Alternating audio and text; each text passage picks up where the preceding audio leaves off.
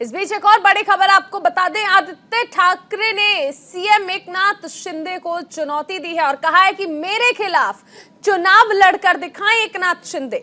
महाराष्ट्र से यह बड़ी खबर है। आदित्य ठाकरे ने सीएम एकनाथ शिंदे को खुली चुनौती दी है। सीएम एकनाथ को वर्ली सीट से चुनाव लड़ने की चुनौती दी गई है।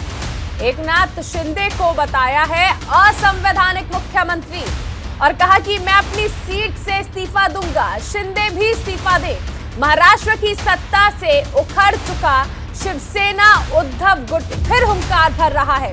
विधान परिषद की 5 सीटों पर हुए चुनाव में से 3 पर जीत ने उद्धव गुट में जोश भर दिया और यही वजह है कि उद्धव गुट के नेता और पूर्व मुख्यमंत्री उद्धव ठाकरे के बेटे आदित्य ठाकरे ने सीएम एकनाथ शिंदे को चुनाव लड़ने की चुनौती दी। आदित्य ठाकरे ने महाराष्ट्र के मुख्यमंत्री एकनाथ शिंदे को मुंबई के वर्ली विधानसभा सीट से चुनाव लड़ने की चुनौती दी है। आदित्य ने शिंदे को असंवैधानिक मुख्यमंत्री बताया और कहा कि वो अपनी सीट से इस्तीफा देने के लिए तैयार हैं। शिंदे भी इस्तीफा दें और मेरे खिलाफ चुनाव लड़कर दिखाएं।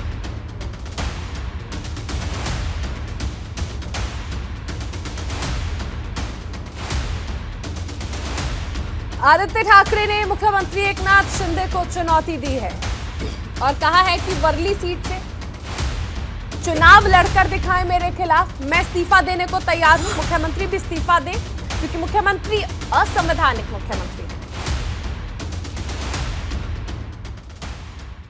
In no other time in India, no other state in India, have we seen 40 traitors hop over across the floor, go to a party, sit without having elections and not having the guts to hold elections within their own constituencies.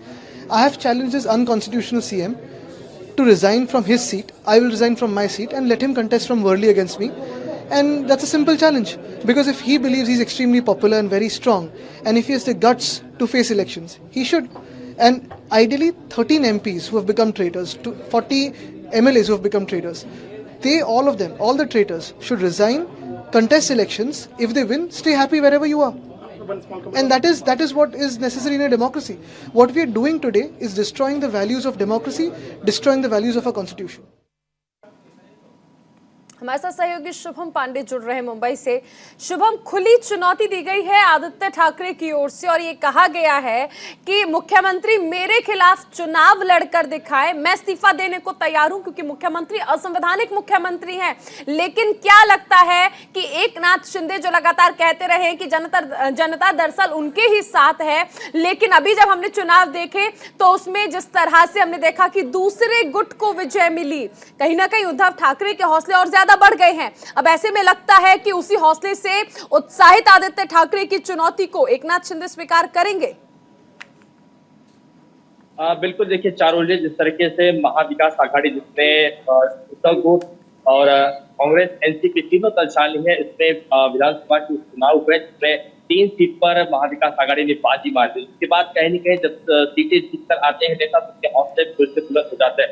और ये आदित्य ठाकरे की बात करें तो जब से महाराष्ट्र सरकार बनी है तब से विपक्ष जो महाविकास आघाड़ी है वो लगातार सीधे फडणवीस की सरकार को असंवैधानिक बता रहा है। इस बीच आदित्य ठाकरे ने चैलेंज किया है एकनाथ शिंदे को, जो महाराष्ट्र के मुख्यमंत्री है, कि आप अगर इतने लोकप्रिय हैं महाराष्ट्र में तो आइए मेरे जो विधानसभा सीट है जो मुंबई का वर्ली इलाका है जहां से मैं विधायक हूँ, मैं वहां से इस्तीफा देने के लिए तैयार हूँ। आप भी थाने से, आप थाने की विधायक है, आप वहां से इस्तीफा दे के आइए और वर्ली से चुनाव लड़ते हैं, देखते हैं कौन जीते हैं। लेकिन इस सबके बीच अभी तक शिंदे गुट की तरफ से कोई जवाब नहीं आया, लेकिन बीजेपी जरूर आक्रामक हो गई। बीजेपी जरूर आदित्य ठाकरे को लेकर सवाल खड़ी कर रही। बीजेपी नेता मोहित कंबोज है, वो ये कह रहे हैं कि आदित्य ठाकरे जी, आप 2019 में जिस सीट चुनाव लड़े थे आपके सामने तो कोई उम्मीदवार ही नहीं था।